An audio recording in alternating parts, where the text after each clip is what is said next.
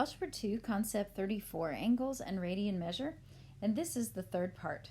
All right, so you discovered what a radian is, and so it is a lot bigger of a chunk than a degree. So angles can be measured in radians. Let's just talk through this concept of radians again. So consider a circle with a radius r centered at the origin, just as I have shown there. 1 radian is the measure of an angle in standard position whose terminal side intercepts an arc also of length r. So that means that here we have a length of r, and then here we have a length of r. So that size is 1 radian. So you can see it's a lot bigger than 1 degree because 360 degrees have to fit into a circle. So 1 degree is very small compared to 1 radian. And we also figured out that just a little bit over 6 radian fit in a circle, and it's related to pi. Because the circumference of a circle is 2 pi here, there are 2 pi radian because r is 1 in a full circle. So all the way around a circle in degrees is 360. All the way around a circle in radian is 2 pi. And we just want to be exact. So we don't round pi to 3.14 and then multiply by 2 and say 6.28. We say 2 pi radian. So here's little equations. 360 degrees, which is 1 rotation in degrees, equals 2 pi in radian. So if I just divided, that means I would have 1 radian equaling 360 over 2 pi, or if I divided by that out, 180 over pi. Here. And that's what 1 radian is equivalent to. So we're going to use that fact as a little conversion factor. So if we want to convert radian to degrees, we can multiply by this ratio. Likewise, if we were to divide down to 1 degree, then that equals pi over 180 degrees. So that gives us this conversion factor. If we want to go from degree to radian, we can multiply by pi radian over 180 degrees. All right, so let's practice that. All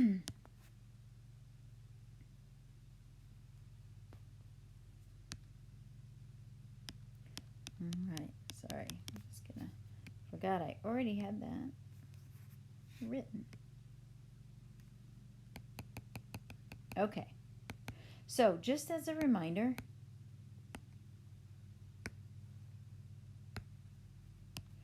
when we're converting degrees to radian, we're going to multiply by pi over 180 degrees, and when we're converting radian to degrees, we'll be multiplying by 180 degrees over pi.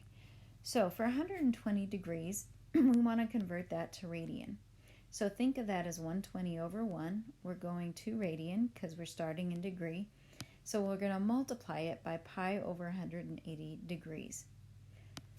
So we get 120 over pi over 180. Our degrees literally divide out, just like the numbers. So we're just left with real number. And like I said, radian is just a measurement in real numbers. So we're going to not give a decimal estimate. We're just going to reduce the fraction, which is 2 pi over 3. So for 135 degrees, we need to convert to radian. So we'll take 135 over 1 times our conversion factor. Our degree measures will divide out, and we'll be left with 135 pi over 180. And then we're just going to reduce that fraction to 3 pi over 4.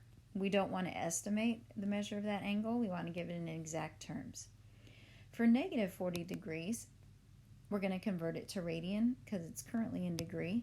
We're just going to take negative 40 degree over 1 times pi over 180 degrees. Our degrees divide out. We get negative 40 pi over 180 and just reduce the fraction and always keep the negative. Now for D, notice that we don't have a degree mark and we also have a pi, so that means it's radian. So we're going to convert it to degree. So we'll take that times 180 degrees over pi. Our pi's will divide out, and notice the degree now shows up, and we have negative 180 degree divided by 12, or negative 15 degrees. So even the units are a part of this problem. We're converting to degree because there's no degree mark, so that means it's radian. So we'll take 5 pi over 4 times 180 degrees over pi. The pi's divide out, degrees show up, we get 900 degrees over 4, or 225 degrees. Now F is kind of a trick question. It looks like a degree number, but it's not because there's no degree measure or marking there. So that means it is in radian, so we have to convert it to degree. So anytime you have a decimal, that's when we do go ahead and estimate pi and get a decimal answer. So we'll take negative 7.28 over 1 times 180 degrees over pi.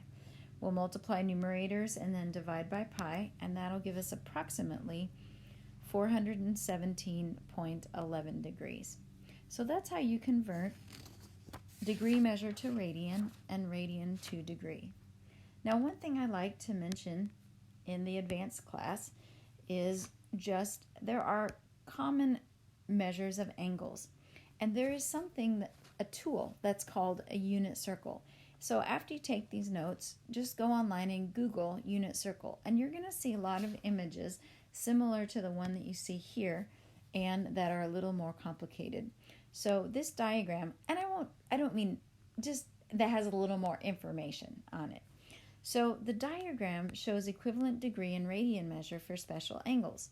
So if you look around the circle, 0 or 45, which is pi over 4, 90, which is pi over 2, 135, which is 3 pi over 4. Some people memorize the unit circle. You do not have to memorize, but I just wanted to put that idea of a unit circle out there. That is a nice reference tool that you can Google and find online. I'm sure there's an app. I haven't looked it up, but you can. You can also just print one out and keep it in your math notes. Okay, so we're going to use just this very simple unit circle that I have over to the right. Unit circle has equivalent degree and a radian measure. And let's back this up a little bit. And then other unit circles will have even more information on it. And so to do these conversions, all we have to do is just look at the unit circle. So to convert 225 degrees to radian, we're going to look at the unit circle. We'll see it's 5 pi over 4, and we'll just write our answer. Easy. Negative 45, we'll look at positive 45 and see that it's pi over 4. So that will be our radian answer, but we'll just make it negative.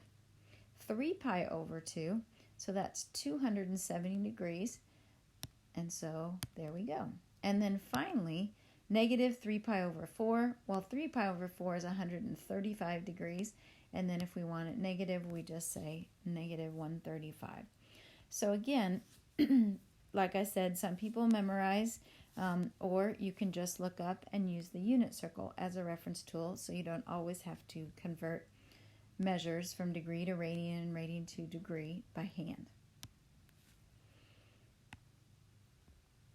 All right, so let's look at this example. When a CD player reads information from the outer edge of a CD, the CD spins about 200 revolutions per minute. At that speed, through what angle does a point on the CD spin in 1 minute? And remember, angles can definitely be a lot bigger than one rotation, 360 degrees. So let's capture this information. It's 200 revolutions per minute. We know that one revolution is 2 pi. So if we take that times 2 pi over 1, that will give us in radian the degree that CD is moving through per minute. So 400 pi radian in 1 minute. Now we don't, I'm sure, have quite a grasp on what that is, how big that angle is, how many rotations. So let's go ahead and convert that to degree. So 400 pi times 180 degrees over pi. The pi's will divide out. 180 times 400 is 72,000 degrees in 1 minute. So that's a lot of spinning. Here's a couple more concepts for angle in radian measure. So a sector is a region of a circle that is bounded by two radii and an arc of the circle. So you can see the drawing there. The central angle theta of a sector is an angle formed by two radii. And then there are simple formulas to find the arc length, you can see marked on this drawing, and then the area of that piece of the circle there, pi, the area of the sector. So if you look in the formula boxes, they're very simple. You just need to know that for the angle measure, you're going to use radian, not degree. So arc length, we use the letter S for arc length, okay? So arc length equals the radius times theta, the measure of the angle in radian. For area, it's 1/2 radius squared times the measure of that angle. So let's look at example 6. A softball field forms a sector with the dimensions shown. So that's like that piece of pie there. Find the length of the outfield fence and the area of the field. So the length of the outfield fence equals arc length. So we're going to use that formula, that S, which stands for arc length, equals radius times that angle in radian. So if I look at that, there is a right angle indication there. So there's our radius, it's 200. This is a 90-degree angle. And I can look back at my unit circle to see that that is pi over 2. So I just need to take 200 times pi over 2. So my answer in radian is 100 pi. And then if I put that estimate that measure, it's 314 feet. Now for the area of the field, that is the area of the sector. So we're going to use the formula of area equals 1/2 times the radius squared times theta.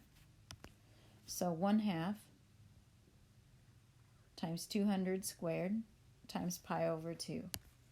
So in terms of pi, that's 10,000 pi feet squared, or 31,416 feet squared. Let's look at another example. So in the men's shot put event, it should be, at the 2012 Summer Olympic Games, the length of the winning shot was 21.89 meters. And so on the drawing, or that photograph there, that's where that would go. A shot put must land within a sector, so that's that little, like piece of pie section having a central angle of 34.92 degrees. So that's that angle measure to be considered fair. So the officials draw an arc across the fair landing area, and that's the arc. We're going to find the length of that arc.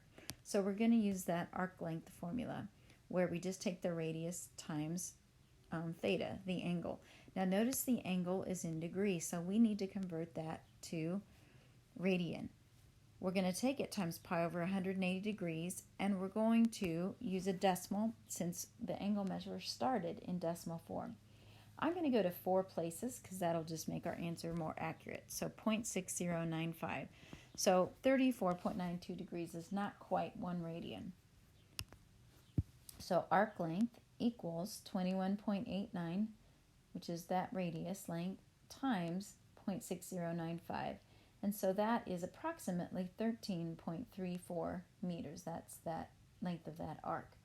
All fair throws in the 2012 Olympics landed within a sector bounded by the area in part A. What's the area? So we'll just use that area formula. 1/2 times the radius squared times theta. We already know all that information, so we can just fill it into our formula.